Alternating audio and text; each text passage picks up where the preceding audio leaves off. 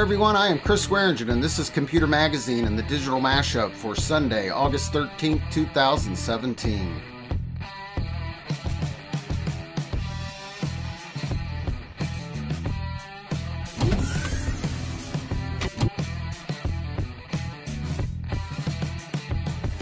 Well, we've got a lot going on in the digital world to talk about this episode.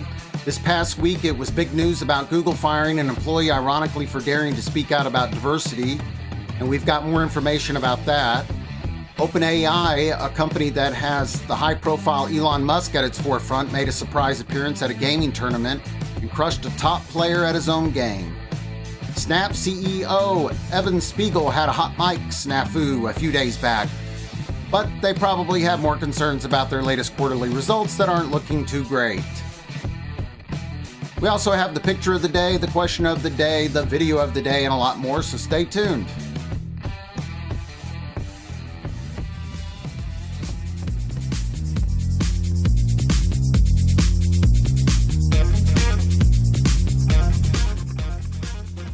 Well, it seems like social issues and politics are invading our tech companies more and more. There's been quite a battle between the left and the right over the past few years. On the far left, they are crying fascists and have problems with right-leaning speakers such as Milo Yiannopoulos, Jordan Peterson, and others. And they're trying to shut them down with protesters on the radical left, preventing them from speaking at college campuses and other venues. The right is calling communists about the left-leaning academics and other high-profile individuals and activists in that community. The tech industry, especially certain firms like Google, tend to be left-leaning, at least among their politically correct liberal leadership.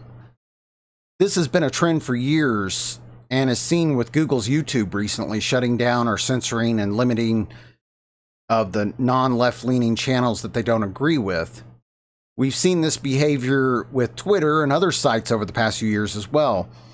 We aren't political or take a position on social issues or political issues here at Computer Magazine, but recently on my personal channel, I reviewed and talked about the movie The Red Pill that covers issues concerning feminism and the men's rights movement. You can find that video at youtube.com/Swearingin. Now, the most recent big story to come out of all of this, I'm sure you've probably heard about it if you're familiar with all the stuff going on in the tech industry, is Google firing an employee named James Damore because of an internal memo that he released about Google's authoritarian diversity efforts inside their company. In response to James expressing his opinion in his multi-page memo that Google was trying to silence opposing views and discriminating against non-minorities, well, they silenced James, rather ironically, by then firing him, rather proving his point, I suppose. I've read the memo, and I'll include a link to it below in the show notes. It's some 10 pages, but it's a pretty quick read, really. And I suggest you read it so you'll understand better what the actual controversy it's caused. Frankly, I can't see anything particularly divisive about it, especially since he's just expressing internally his own viewpoint on the issues and politics internal to Google, especially since they apparently solicited their own employees' viewpoints on the addressed issues. But people on both sides are pretty sensitive when it comes to social issues nowadays, of course. But Google reacting by firing him really is an indictment of Google, and pretty sad considering this is a trend outside of internal issues in these companies and affecting individuals and other organizations that use their services like YouTube and Twitter and so forth, such as us, such as me personally on my personal channels. And they're expressing outward and inward their attempts to censor ideas that they don't agree with. And this is a very troubling trend. So this is an update on this specific debacle of Google firing Mr. Damore that you can find on Computer Magazine, and it comes from Wired. All of the links to these stories are below in the video comments. So from Wired, internal messages show some Google employees supported James Damore's manifesto. Leaked internal messages show that Several co-workers rallied around James Damore's now infamous Google memo. Go to the article. It's on Wired.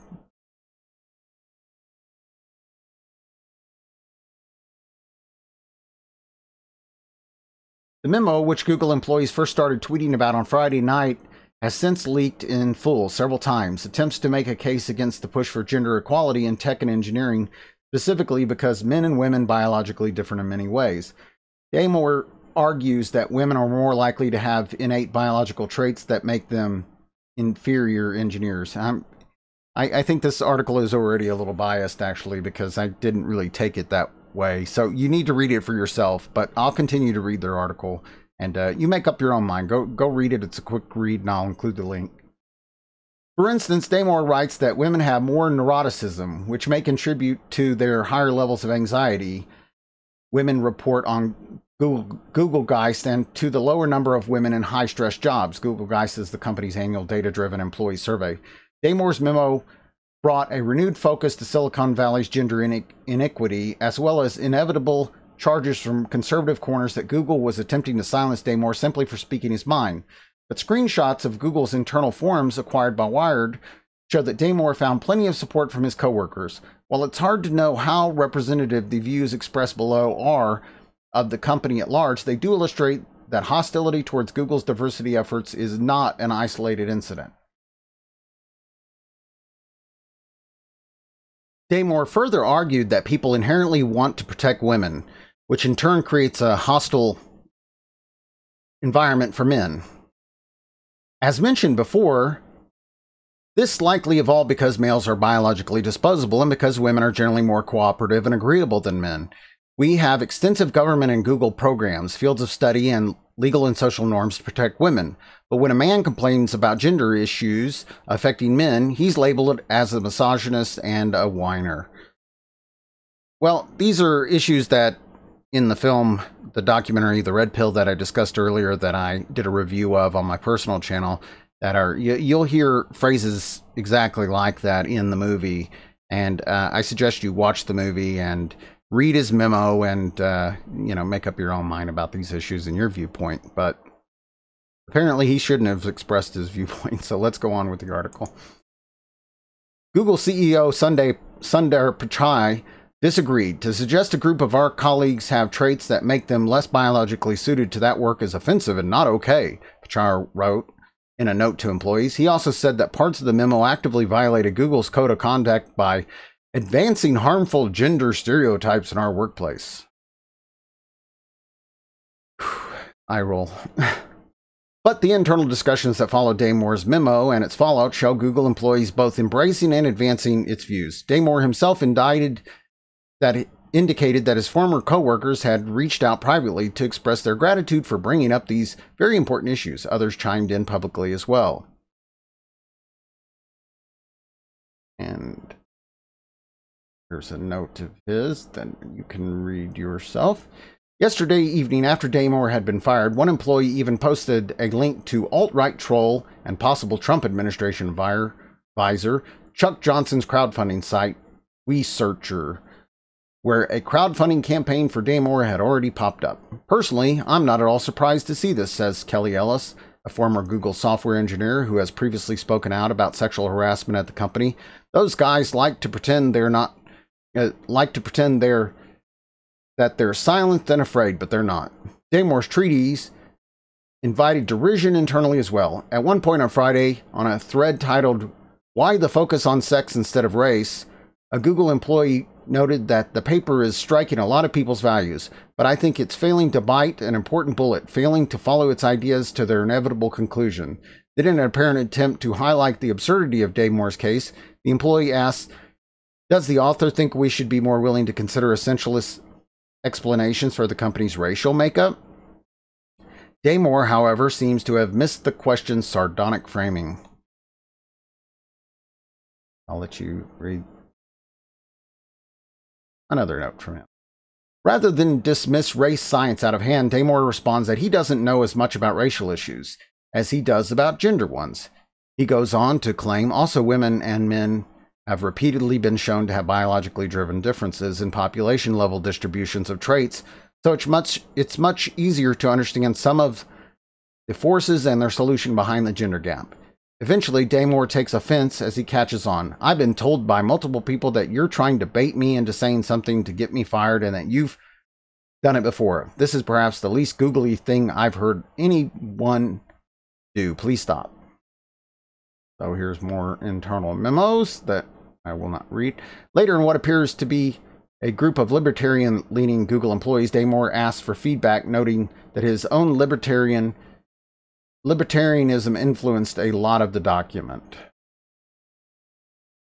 One employee, apparently referring to this poll, wrote in response, I put almost agree on Go/PC considered harmful poll. I thought it needed way more citations. Also, I would have left off anything about Marxism. You could have made the same points about diversity, psychological safety without them. Adding them in just made the doc seem political, although I don't think either would have changed the reaction. My biggest concern is the number of people who don't understand how distribution differences aren't stereotypes and can't be applied to individuals. It's basic statistical logic. Regardless of whether or not there are differences and if they are biological or cultural, this is just a blatant logical fallacy. For example, men's average height is higher than women's average height. You would never just assume a woman can't be taller than 5'9", but you would expect more men to be above 5'9". Apparently sympathetic to Damore's concern, another employee tried to appeal to those who might be less inclined to agree. Of all the images shared with Wired, this was the only one that made a direct comparison to the 2016 presidential election.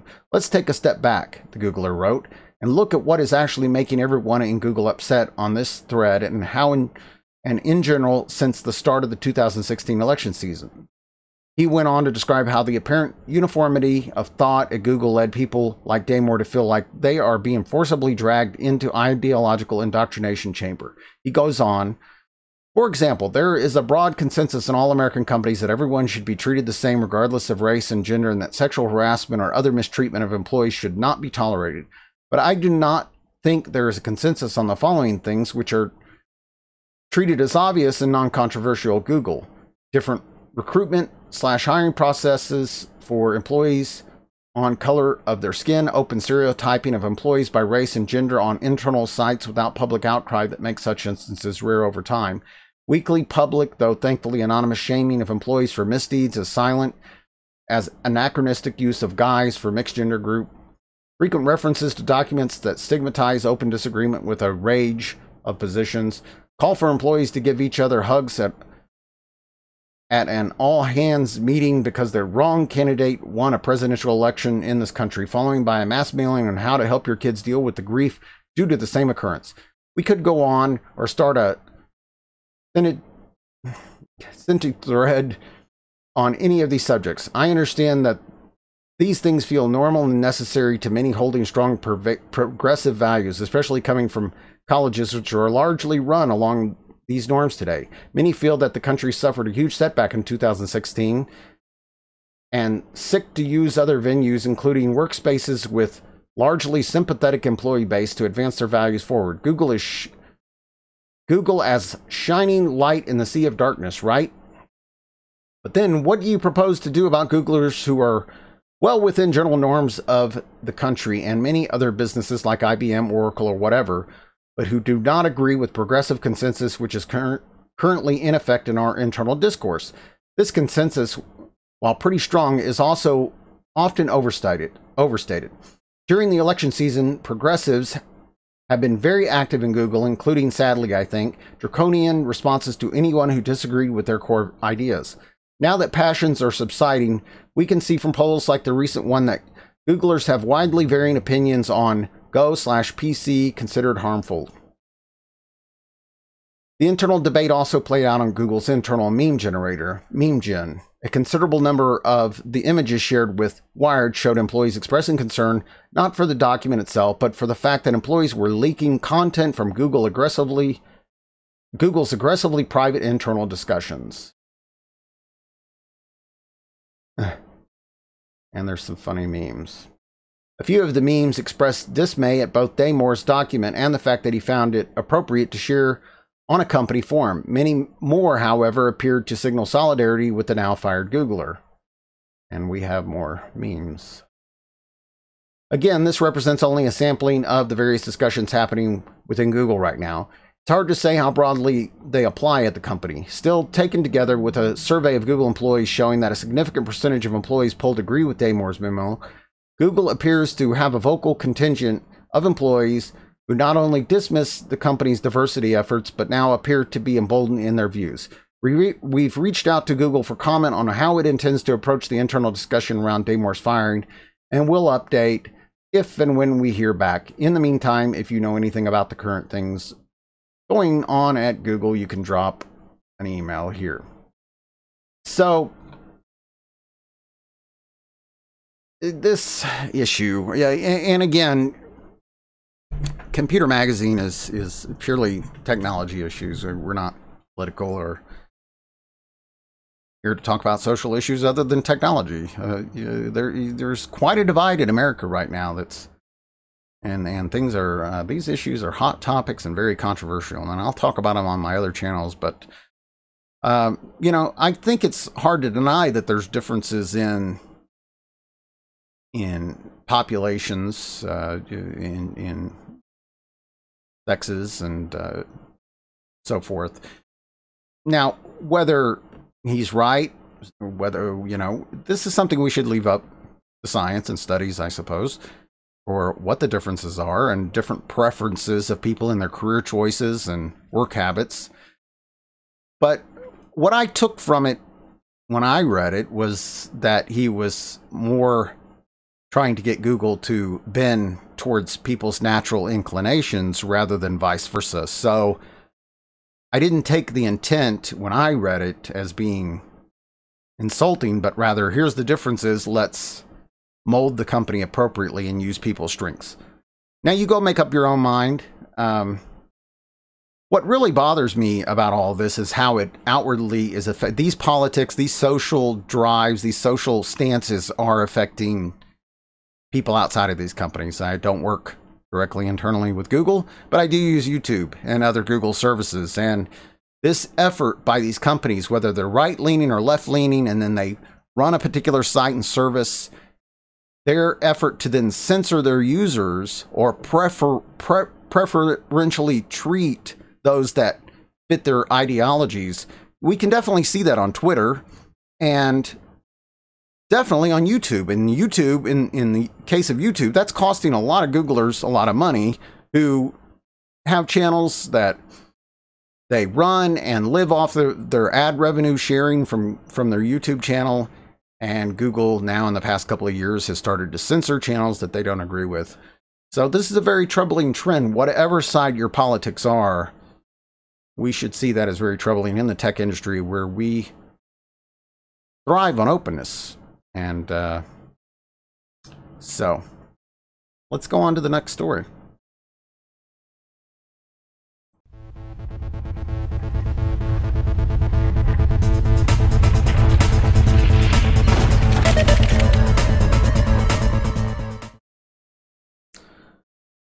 So this next story is from Tech Insider. Elon Musk's $1 billion AI startup made a surprise appearance at a $24 million video game tournament and crushed a pro gamer. Computers have already beaten the world's best humans at classic games like chess and Go.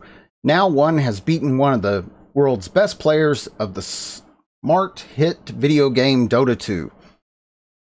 In a one-on-one exhibition match, a bot designed by OpenAI, the artificial intelligence research nonprofit co-chaired by Tesla Motors CEO Musk and Y Combinator President Sam Altman, defeated Danlo Dindi Ishutin, a professional player who's estimated to have earned $735,449 in winnings in his career.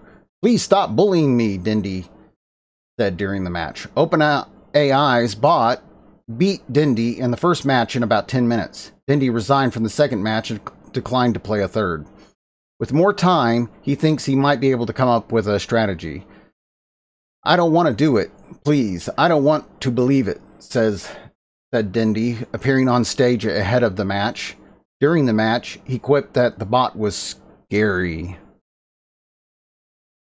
OpenAI had claimed before the match that its new system was better at the smash hit video game than professional players.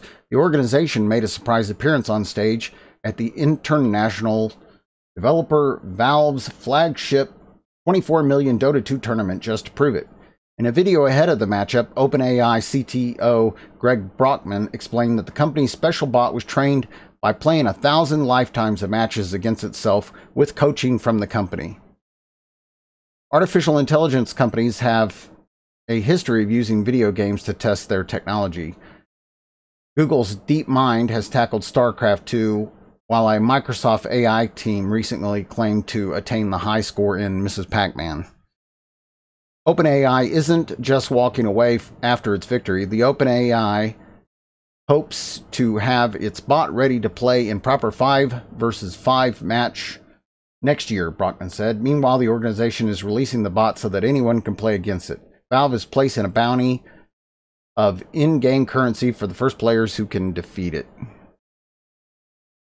So esports are becoming a big industry over the past 10 years, really, and especially in perhaps the past 5, with sites like Twitch and live streaming on that and YouTube of gaming events, and there's millions of dollars involved, and people are becoming professionals at this. And I say this mostly applies to people in the generations younger than me. I grew up in the coin-operated video games in the 70s, and then the earliest generation of home video games in the 80s with the first Nintendo, the Atari and the Nintendo, and the first Mario Brothers that I played to the end when I was younger, and then Wolfenstein 3D on the PC. What was that? Maybe 91, 92, somewhere in there. The first Doom. And I started doing network tournaments, doing that just among friends, well, actually at companies where we would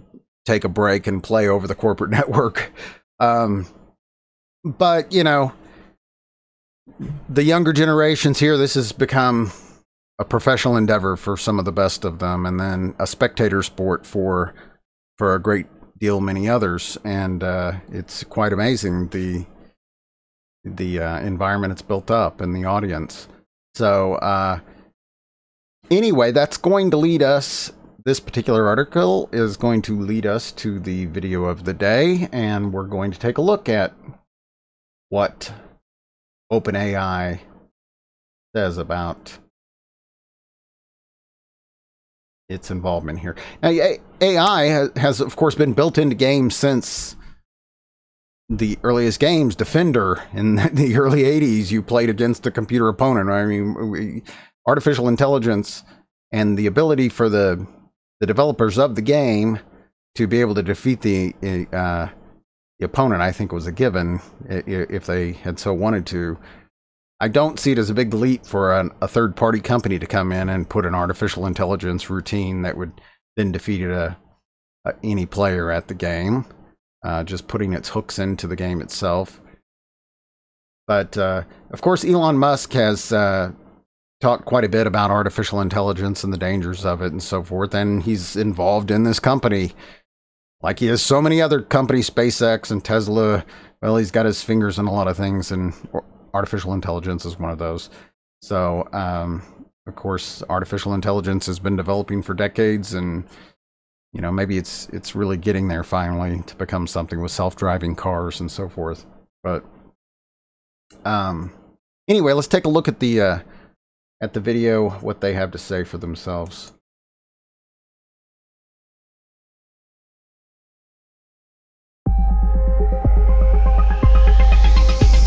OpenAI's goal is to build safe artificial general intelligence. We know that AI can be extremely beneficial to humanity, and it's going to require fundamental advances to see what it's really capable of.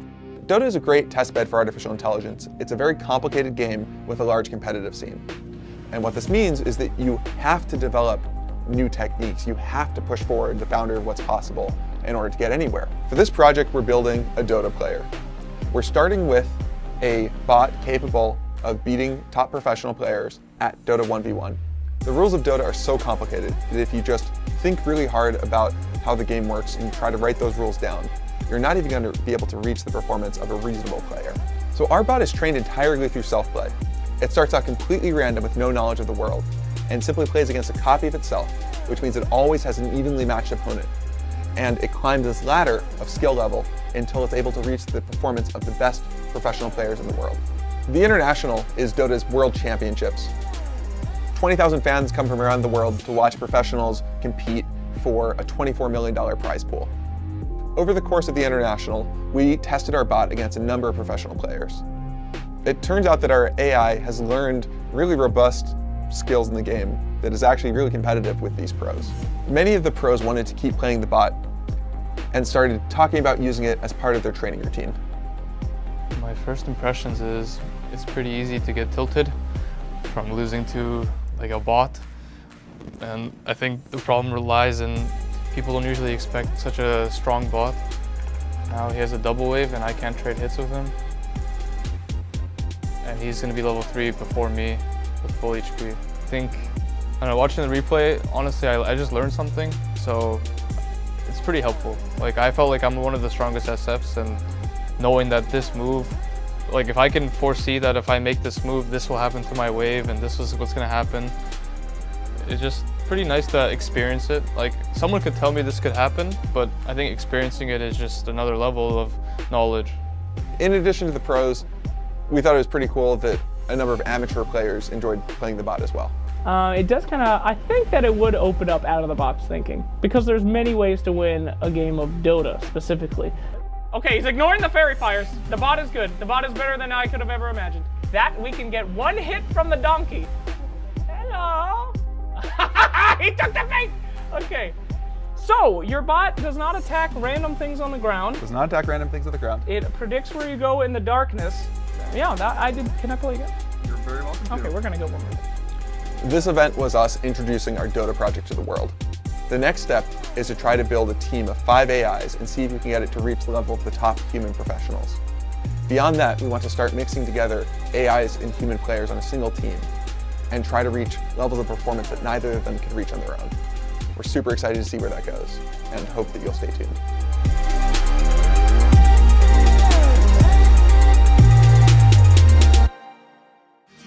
Well, hello again, my technology-interested audience. Novice, geek, IT pro, business manager, home user, or whatever you might be. We work hard here at Computer Magazine 24/7 to bring you all of the top technology news from across the web. So please subscribe to our YouTube channel, youtube.com/computermagazine. Like our Facebook page, facebook.com/computermagazine.com. Follow us on Twitter. Follow us on any of our other social locations. You'll find them in the notes below this video. And remember, you can email me your questions or comments or whatever to editor@computermagazine.com. You can also call us if you would like, 408-337-2775. You can leave a message, or if we're live on air, I may take your call live as part of the show. Please like and share this video and our other videos. You can also post a comment to them to start a thread or on the message board on our website.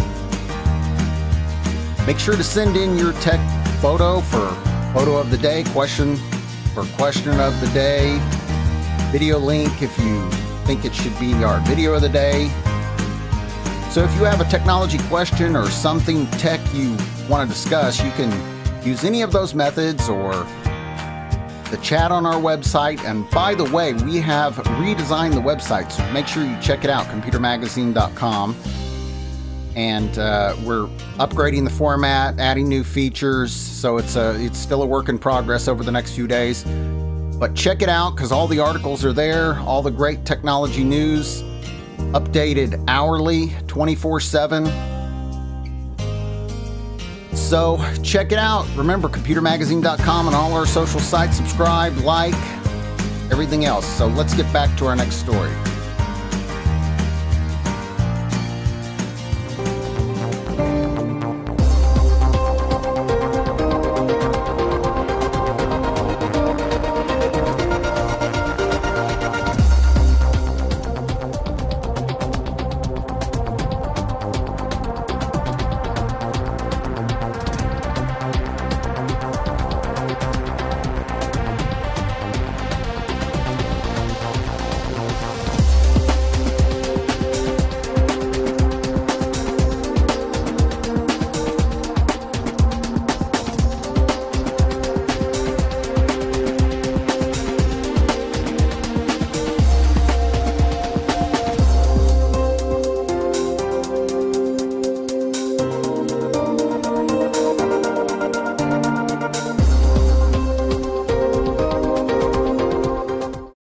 So for our next story, we're going to talk about Snapchat.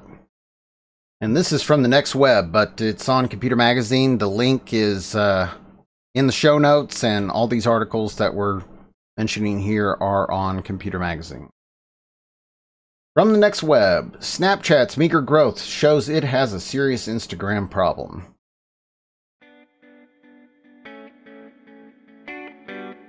Snapchat's IPO was one of the most hyped Wall Street debuts in years, but its results since have been, for the lack of a better term, meh. Snapchat's latest quarterly results aren't looking any better. In fact, they should be somewhat worrisome to investors. Snapchat only grew 4% over the previous quarter, adding 7.3 million users to a total of 173 million. That fell short of even the modest analyst growth expectations, which predicted an increase to 175.2 million users, according to Reuters. On one hand, that's better than Twitter, which added an insignificant amount of users in its most recent quarter. On the other hand, it pales in comparison to Instagram, which is many years older yet is still growing at an impressive rate. The company added 100 million users between December 2016 and April 2017, or roughly 20 million users per month. Wow. Of course, that's in large part because Instagram blatantly copied some of Snapchat's most unique features, namely stories. In fact, Instagram says 250 million people are now using stories since it was introduced in August of 2016. More users than Snapchat has total. If there's anything I've learned about the tech industry, it's that being first isn't enough to stay first. Snapchat needs to step up its game if it doesn't want users to keep abandoning it for its growth stall as badly as Twitter. Well, I rarely use Snapchat or even look at it. I actually never use it to chat with anybody. I rarely look at it. Twitter, of course, I look at and tweet now and then. Instagram, I rarely look at. I think, it depends on the age group. The audience for Instagram and Snapchat is definitely the younger audience. Facebook apparently is for old people like me now. And you maybe, I don't know. So, but it's always good to have competition. That has made a young man, Evan Spiegel, very rich apparently. And that actually leads into our next story, which is about Evan Spiegel, the CEO, the young CEO of Snapchat. Apparently had a snafu earlier in the week. And we're going to talk about that.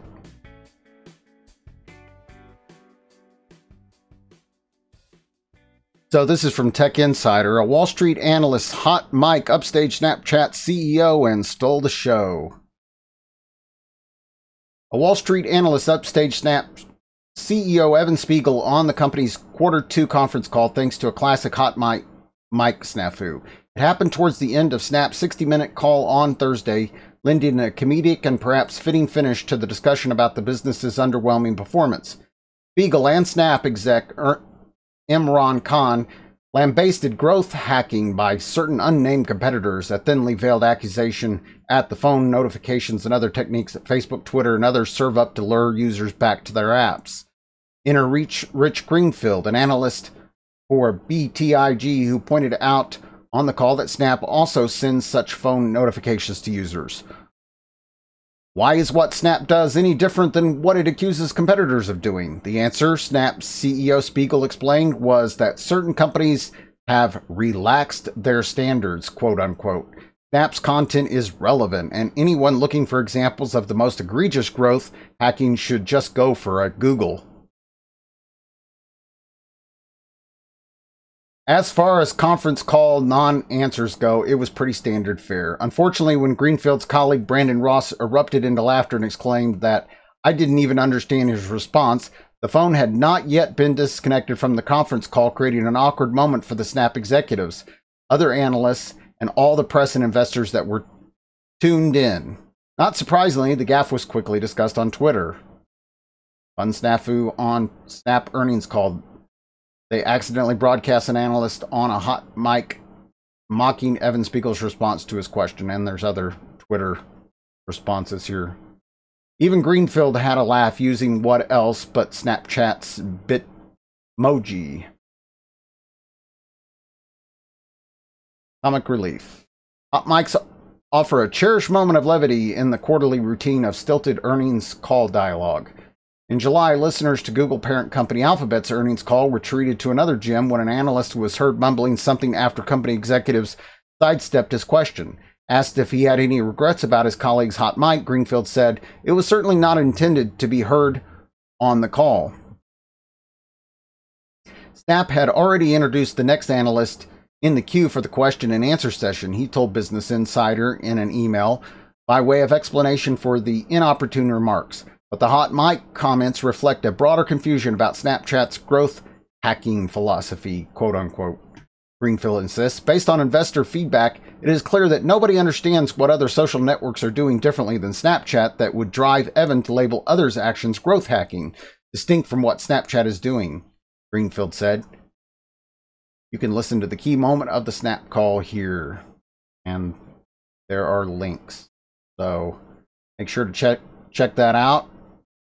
The link will be in the show notes for the audio and other information about it if you want to check more about that out. Although I think they're far more concerned right now with their earnings and trying to stay relevant in the overcrowded social marketplace.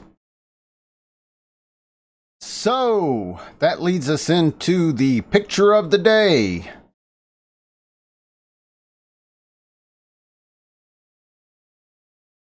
Let me get myself out of the way so you can see it. It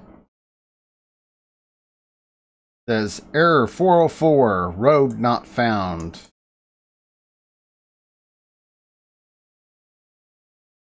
Now let me move it up some. Geek humor because no one else gets the joke.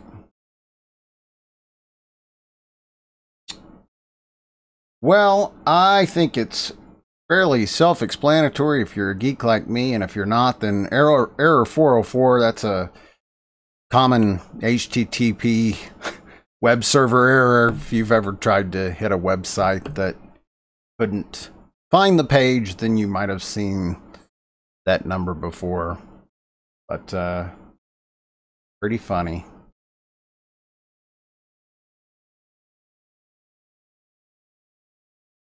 So make sure to send in your picture, your funny geeky picture, a link to a funny or whatever video, as long as it's tech, something interesting, worthwhile, fairly short, that you might want to appear on Computer Magazine. Send in your question of the day. All of those things you can send to editor at computermagazine.com or any of the links I already mentioned. So keep it up.